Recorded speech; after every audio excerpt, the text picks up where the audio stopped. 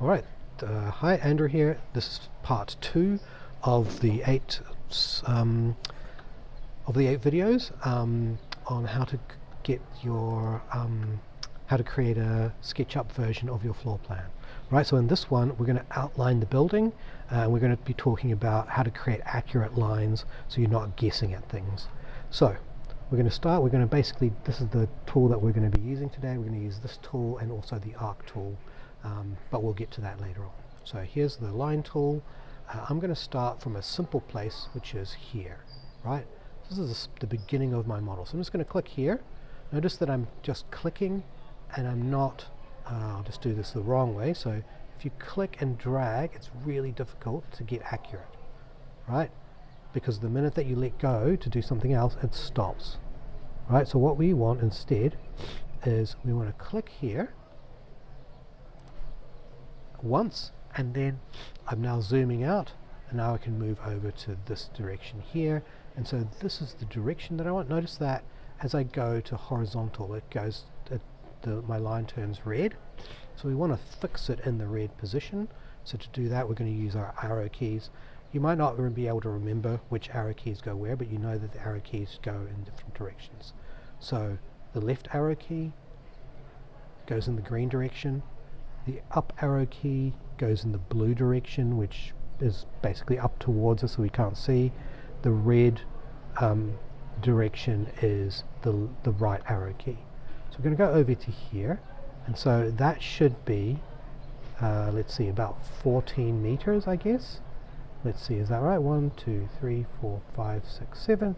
Yep, and it says there 14 meters. So I'm just going to, rather than trying to get exactly to the 14, I'm just going to type in what I want. So type in 14,000. And now I'm going to press enter. There we go. So you can see it's a little bit off, but that's totally fine. We want our model to be accurate to the actual dimensions that we want rather than to the drawing. Now I'm going to go up. So again, I want to make sure that I'm only going in the green direction.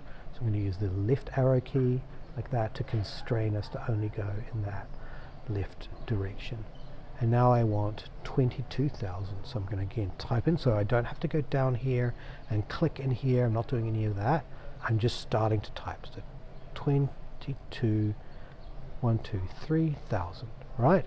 And I don't need to put in millimeters or anything like that. You can if you want to, but you really don't have to. Right, so 22,000. And there is my line, right? And now I'm just going to continue. So go over here, this is going to be 6 meters, so 6, 1, 2, 3, like that. And then down another, I think this is meant to be 2 meters, so 2,000. And then over, I think this should be 19 or 20 meters. Let's say this is 20 meters, 20, 1, 2, 3 for 1,000. There we go. Now we're going to go on this angle. So you could work out how to create a 45-degree angle and then work out what that length is, but it's way easier just to go over this way, another 2,000, and then go up 2,000, and then back to the origin here like that. Right. We can do the same thing over here. By the way, when I closed this loop, it ended my my sequence of lines, and so we can now start again. So I'm going to start from this side here. So you can see I can snap to that line, even though that's difficult to see. So click there once. I'm going to go down. Let's see. Let's make that 1, 2. So that would be 4 meters. 5 meters. I'm going to go down 5 meters. So 5,000. Like that. And then across, this is 12 meters it seems like. So again, 12,000. Press enter. And I'm just going to make this. That's my angle there. Same thing here. Go 11 meters across here. So 11,000. And then up. I guess that would be 3. So 3,000. Like that. Obviously I don't want these, so I'm just going to delete them. Like that, and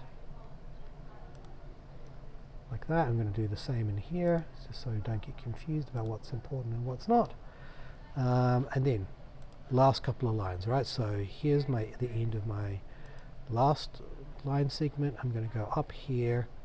I've got to count these because I didn't actually write in the dimensions. So 1, 2, 3, 4, 5, 6, 7, 8, 9.5.